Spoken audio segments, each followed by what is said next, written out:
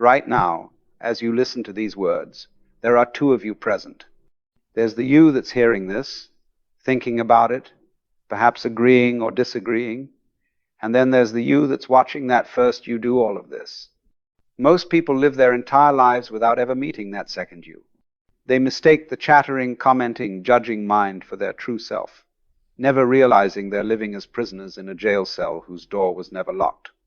But some people, conscious people, have discovered something extraordinary. They've learned to see through the grand illusion that keeps the rest of humanity trapped in a waking dream. They perceive reality not as it appears, but as it actually is. And what they see would simultaneously terrify and liberate everyone else. Today, I want to share with you the secret psychology of these awakened beings. And perhaps, just perhaps, introduce you to that second you that's been waiting patiently for this moment your entire life. This channel exists for those seeking philosophical depth and psychological insight into consciousness, awakening, and authentic perception. If these explorations resonate with you, consider subscribing, leaving a like, and sharing your reflections in the comments. What we're examining today might fundamentally transform how you understand awareness, identity, and the nature of reality itself. You know, I've spent considerable time watching people, and I've come to a rather startling conclusion. Most human beings are sleepwalkers pretending to be awake. They go through their days, convinced they're seeing reality clearly, when in fact they're looking at life through such a thick filter of concepts, beliefs, and mental habits that they might as well be viewing the world through frosted glass. Now, this isn't their fault, mind you. From the moment we're born, we're taught to live in our heads rather than in the world. We learn to mistake the word water for actual wetness, the concept love for the real feeling, the idea self for what we actually are. It's as if we've all agreed to live in a collective hallucination, and we become so convinced by our own performance that we've forgotten we're acting. I call this the Great Pretense, this unconscious agreement to mistake the map for the territory, to confuse our thoughts about reality with reality itself. And once you see this clearly, you begin to understand why most people seem so anxious, so driven, so perpetually dissatisfied. They're trying to live in a world that exists only in their minds. Consider how most people experience a sunset. They see those magnificent colors painting the sky, and immediately their minds begin their commentary. How beautiful. I should remember this. This reminds me of that painting I saw last week. I wonder what's causing those particular colors. I should tell Sarah about this when I get home. Meanwhile, the actual sunset, that immediate blazing, wordless beauty, slips right past them. They experience their thoughts about the sunset, not the sunset itself. But conscious people have discovered something remarkable. They've learned that there's a way to step outside this mental theater, to see through the pretense and perceive what's actually happening. They've realized that consciousness, pure awareness itself, is like a clear mirror that can reflect reality without distorting it. And when you see from this place of clarity, the whole world transforms. The unconscious person looks at a tree and sees tree, a word, a category, a concept. The conscious person sees an explosion of green life reaching toward light, dancing with wind, completely unique in this moment, and never to be repeated exactly like this again. Same tree, entirely different universe. This is why conscious people often seem so present, so alive. They're not lost in the labyrinth of their own thinking. They are here, now, awake to the immediacy of existence. And once you understand this difference, you begin to see why they perceive things that remain invisible to everyone else. There's something absolutely fascinating that happens when a person becomes genuinely conscious. They discover that they are not who they thought they were. For their entire lives, they believed they were their thoughts, their emotions, their personality, their story. Then suddenly they realize they're the awareness in which all of these experiences arise and pass away. It's like discovering you're not a character in the movie, you're the screen on which the movie is projected. This shift changes everything about how they perceive the world. When you realize you're not your thoughts, you can finally see your thoughts clearly. When you understand you're not your emotions, you can feel them fully, without being overwhelmed by them. When you know you're not your story, you can appreciate the story without being imprisoned by it. I remember the first time this became clear to me. I was sitting in meditation, watching my mind do what minds do, chattering away, making plans, rehashing old conversations, worrying about tomorrow. And suddenly I realized, good heavens, there's someone watching all of this mental activity. Who is that? The watcher was so obvious, yet I'd somehow missed it for 30 years. It was like discovering I had eyes. Now, this watcher, this pure awareness, sees things very differently than the thinking mind. The thinking mind categorizes, judges, compares, analyzes. It's always trying to figure out what everything means, how it relates to the past, what it implies for the future. But awareness simply sees what is, without commentary. It's like the difference between reading a description of music and actually hearing it. This is why conscious people often notice things others miss entirely. They see the sadness behind someone's smile, the fear beneath their anger, the love hiding inside their criticism. They perceive the aliveness in supposedly inanimate objects, the intelligence in natural patterns, the humor in situations that seem purely serious. Their perception isn't filtered through the usual categories of good and bad, important and trivial, mine and not mine. For instance, when a conscious person encounters someone who's being rude or aggressive, they don't immediately react with defense or counterattack. They see through the behavior to the suffering underneath. They recognize that hurt people, that anger is almost always a disguise for pain. This doesn't make them passive or naive. Quite the opposite, it allows them to respond rather than react, to address the real issue rather than just the surface symptoms. They also see the interconnectedness that remains invisible to the separate self. Where others see isolated objects and disconnected events, conscious people perceive the underlying unity. They understand that the wave is not separate from the ocean, that the flower is not independent of the soil, rain, and sun. This isn't just a philosophical concept for them. It's a direct perception. Perhaps most importantly, they see through the illusion of time that keeps most people trapped in anxiety and regret. While others are lost in memories of the past or fantasies about the future, conscious people recognize that life only happens now. They see that the present moment isn't just another point on a timeline. It's the only place where reality actually exists. And in that timeless now, they find a peace and clarity that seems miraculous to those still caught in the time trap. If you're engaging deeply with these ideas about consciousness, awareness, and the watcher behind thought, I've created an ebook called Beyond the Shadow that explores Carl Jung's core psychological concepts. It examines the unconscious mind, shadow integration, and the individuation process, all of which relate to recognizing the awareness beyond the thinking self. If you're serious about this inner work, you'll find the link in the description. Now here's where things get deliciously paradoxical. The most amusing thing about consciousness is that the harder you chase it, the more elusive it becomes. It's like trying to catch your own shadow or bite your own teeth. The very effort to become conscious often keeps you unconscious. Why? Because the one who's seeking consciousness is the very illusion that consciousness sees through. I've watched countless people exhaust themselves in spiritual seeking. They meditate for hours, read every sacred text, attend every workshop, follow every guru, desperately trying to achieve enlightenment. But they're like someone frantically searching for their glasses while wearing them. The consciousness they seek is the very awareness that's doing the seeking. This creates what I call the cosmic joke of the spiritual path. The separate self, that sense of being an isolated individual trapped inside a bag of skin, cannot become conscious because it doesn't actually exist in the first place. It's a mirage, a trick of perception, like seeing a snake in a rope. You can't enlighten an illusion any more than you can wet water or darken darkness. Conscious people have seen through this joke. They understand that consciousness isn't something you achieve, it's what you are. It's not a destination you arrive at through effort. It's the very ground you're already standing on. They've stopped trying to become conscious and simply recognize their true nature. This is why truly awakened people often seem so relaxed, so effortless. They're not maintaining some special state or holding on to some hard-won realization. They've simply stopped doing the thing that was keeping them unconscious. They've stopped trying to be someone other than who they already are. I remember sitting with a Zen master years ago who embodied this perfectly. A student asked him, "Master, how long have you been enlightened?" The master burst into laughter and said, "I've never been enlightened. There's never been anyone here to be enlightened." The student looked confused, and the master added, "But this confusion is enlightenment too. Don't you see? Even your seeking is consciousness seeking itself."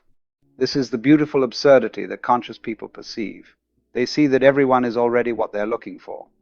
Every person walking around feeling separate and incomplete is actually the infinite consciousness pretending to be limited, playing a game of hide and seek with itself. It's like an actor who becomes so convinced by their role that they forget they're acting. When you see this clearly, Seeking doesn't stop, it transforms into play. Instead of desperately grasping for enlightenment, you begin to enjoy the dance of awakening. Meditation becomes not a technique for getting somewhere else, but a celebration of where you already are. Spiritual practice becomes like a river returning to the ocean, natural, effortless, joyful. The great irony is that once you stop trying to become conscious, consciousness reveals itself everywhere. In the taste of your morning tea, in the sound of rain on the roof, in the simple act of breathing. You realize that what you were seeking in some distant spiritual realm has been hiding in plain sight all along, disguised as ordinary life. One of the most striking things about genuinely conscious people is their relationship to morality. They seem to act ethically without effort, kindly without forcing, lovingly without trying. Yet they're not following rules or commandments. They've transcended what I call the tyranny of should, that constant internal voice telling us how we ought to be, what we ought to do, who we ought to become. Now, this might sound dangerous at first. Surely, you might think, if people stop following moral rules, chaos will ensue. But this misses something crucial about the nature of authentic consciousness. When you see clearly what you actually are, when you recognize that you are not separate from the world but intimately connected to all of life, harming others becomes as impossible as a wave trying to damage the ocean. The unconscious person follows moral rules out of fear, fear of punishment, fear of judgment, fear of consequences. They're like someone driving carefully because they're afraid of getting a ticket. But the conscious person acts ethically because it's their natural expression, like a river flowing downhill or a flower opening to the sun. They don't need external rules because they've discovered the organic intelligence that governs all of life. This is why conscious people often seem so free from guilt and moral anxiety. They're not constantly judging themselves against impossible standards or feeling guilty about natural human impulses. They understand that guilt is usually just the ego's way of maintaining its sense of separateness. I am bad. I should be good. I must try harder. It's all based on the illusion that there's someone who could be other than they are. I once knew a woman who had been raised in an extremely strict religious household. She spent the first 40 years of her life carrying enormous guilt about perfectly natural thoughts and feelings. Then she had what she called her awakening, and everything changed. She didn't become immoral. Quite the opposite. She became naturally kind, spontaneously generous, effortlessly loving. But she was no longer driven by shoulds. She acted from wholeness rather than trying to fix her imagined brokenness. This doesn't mean conscious people never feel regret when they act unskillfully. But their regret is clean. It's a natural response that leads to learning and growth, not a neurotic self-punishment that keeps them trapped in cycles of shame. They understand the difference between guilt, I am bad, and regret, that action cause suffering. One is based on a false identity, the other on clear seeing. What's particularly fascinating is how this freedom from moral anxiety allows them to be genuinely helpful to others. When you're not constantly worried about being good or bad, right or wrong, you can see situations clearly and respond appropriately. You're not filtering everything through your own moral drama. You can meet people where they are rather than where you think they should be. They also see through the collective moral hypnosis that keeps societies trapped in cycles of judgment and punishment. They understand that most harmful behavior comes from unconsciousness, not malice from people who are suffering and confused, not inherently wicked. This doesn't make them naive about the need for boundaries and consequences, but it allows them to respond to wrongdoing with wisdom rather than reactive judgment. Perhaps most importantly, they've discovered that love is not a duty, but a recognition. When you see that everyone is essentially the same consciousness appearing as different forms, loving others becomes as natural as loving yourself because they are yourself, just wearing different costumes in the cosmic drama. This isn't a moral achievement. It's a perceptual shift, and it transforms everything.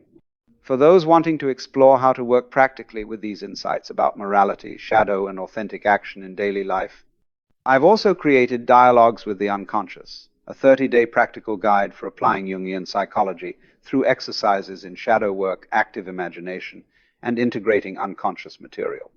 It's not theory, it's application. The link is in the description if this work resonates with you. There's something quite remarkable about how conscious people navigate what we call civilization.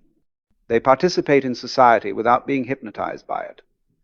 They can see through the collective trance that keeps most people trapped in artificial urgencies, manufactured desires, and imaginary problems.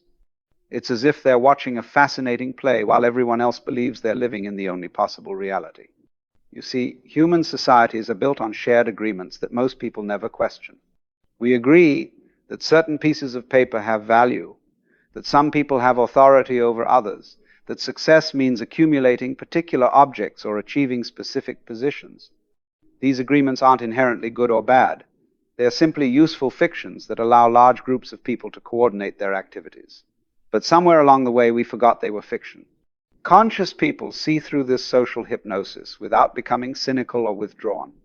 They understand that these collective agreements are like rules of a game, useful for playing the game, but not absolute truths about reality. They can participate in the economic system without believing that money is the measure of human worth. They can respect social roles without confusing them with ultimate identity. They can appreciate cultural traditions without being imprisoned by them. This gives them an extraordinary freedom that others rarely understand. When someone is not hypnotized by social conditioning, they can respond to situations freshly, creatively, appropriately. They're not automatically triggered by symbols of status or threats to their social position. They don't feel compelled to keep up with their neighbors or prove their worth through external achievements. I think of a friend of mine who worked as a successful businessman for many years. After his awakening, he continued in the same profession, but his relationship to it completely transformed. He no longer derived his identity from his title or his income. He stopped playing the exhausting game of corporate politics. Yet somehow he became more effective, not less. When you're not defending a false image of yourself, you have tremendous energy available for actually doing good work. Conscious people also see through the mass media's hypnotic spell. They understand that newspapers, television, and social media create a kind of artificial reality, a world of constant crisis, urgent problems, and manufactured drama designed to capture attention. They can stay informed without being overwhelmed, aware without being anxious. They recognize that most of what passes for news is actually entertainment disguised as information. What's particularly interesting is how they relate to social movements and causes. They often care deeply about reducing suffering and improving conditions for all beings, but they're not carried away by ideological fervor or the intoxication of righteous anger. They understand that most social problems stem from unconsciousness, and that trying to fix unconscious behavior with more unconscious behavior usually just creates new problems. They see through the seductive myth of progress, this idea that human beings are steadily improving, that technology will solve our fundamental problems, that we're evolving towards some perfect future state. They understand that while we've certainly advanced in many technical areas, human beings remain essentially the same mixture of wisdom and foolishness, love and fear, clarity and confusion that they've always been. The tools change. The user remains remarkably consistent. Perhaps most importantly, they see through the social programming that tells us we must suffer, struggle, and sacrifice to be worthy of love, success, or happiness.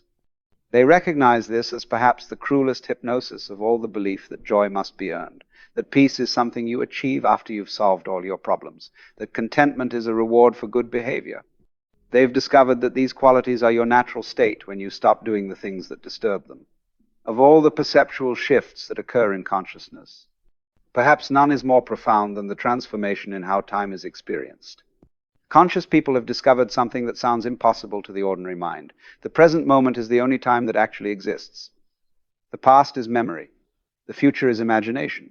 But reality is always now, always, only, eternally now. This isn't just a philosophical concept for them. It's a living reality that completely transforms how life is experienced. When you're not mentally living in the past or future, when your attention is fully present to what's happening in this moment, life becomes incredibly rich, vivid, and alive. It's like the difference between watching a movie about swimming and actually diving into cool water on a hot day. Most people live in what I call psychological time, a mental construct where they're constantly comparing the present moment to memories of the past or projections of the future. They experience life as a story with a beginning, middle, and end, where the present moment is just a brief stopping point between where they've been and where they're going. This creates a fundamental sense of incompleteness, as if life is always happening somewhere else, some other time. But conscious people have stepped outside of psychological time into what we might call the eternal present. They understand that the now is not just another point on a timeline. It's the very fabric from which all experience is woven. Past and future exist within the present as mental phenomena, but they have no independent reality outside of this immediate moment. When you see this clearly, anxiety dissolves, because anxiety is always about something that might happen in the future. Regret evaporates, because regret is always about something that happened in the past. What remains is the simple, undeniable reality of what is, right here, right now. This doesn't mean conscious people never plan for the future or learn from the past. But they do these things in the present moment, as present moment activities. Planning becomes something you do now. Remembering becomes something you experience now. They're no longer lost in an imaginary future or trapped in a remembered past. This presence to the now creates what might seem like a paradox. Conscious people often appear both deeply engaged with life and completely detached from it simultaneously. They're fully present to whatever is happening, a conversation, a meal, a walk in nature. Yet they're not psychologically invested in outcomes. They can work intensely on a project without being consumed by whether it succeeds or fails. They can love deeply without clinging. They can care passionately about things without being destroyed when those things change or disappear. This is because they understand something profound. Nothing lasts, yet everything is complete exactly as it is in this moment. The present moment doesn't need to become something else to be valuable. It's already whole, already perfect in its imperfection, already complete in its incompleteness. When most people hear this, they think it sounds passive or resigned. But it's quite the opposite. When you're not resisting what is, when you're not wishing the present moment were different, you have tremendous energy and clarity available for appropriate action. You can respond to what's actually happening rather than to your fearful projections or your wishful thinking. I remember watching a conscious teacher navigate a crisis once. There was an emergency situation that was causing everyone around him to panic, to frantically search for solutions, to blame and accuse. He remained utterly calm, completely present, seeing the situation clearly without the distortion of fear or the urgency of psychological time. And from that clarity, the appropriate response arose naturally, effortlessly. He didn't need to figure out what to do. The situation itself revealed what was needed when seen clearly. This is the extraordinary power of presence. When you're not lost in mental time, reality becomes transparent. You see what's actually happening rather than your fearful interpretation of it.